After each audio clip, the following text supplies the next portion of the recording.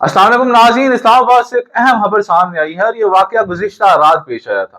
اطلاعات کے مطابق افطاری کے اوقات میں اسلام آباد کی فضائی حدود میں کچھ نامعلوم آبجیکٹس دیکھے گئے تھے، ڈرونز دیکھے گئے تھے، جس کے بعد فیض آباد کے قریب کچھ آوازیں بھی سنائی دیں اور ایمبولینسز کی نقل و حرکت کی اطلاعات بھی سامنے آئی۔ اسی دوران ذرائع نے یہ بھی بتایا کہ پاکستان ایئر فورس کے طیارے فوری طور پر حرکت میں آئے اور فضائی حدود کو محفوظ بنانے کے لیے گشت شروع کر دیا گیا۔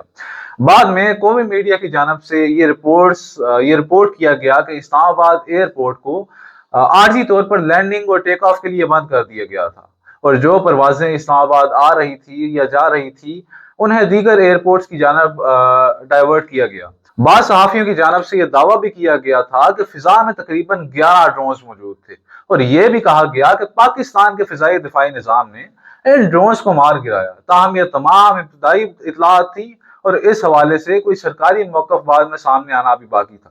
بعد ازاں مختلف صحافیوں کی جانب سے فیض آباد کے قریب ڈرونز کے منڈلانے کی ویڈیوز بھی شیئر کی گئیں۔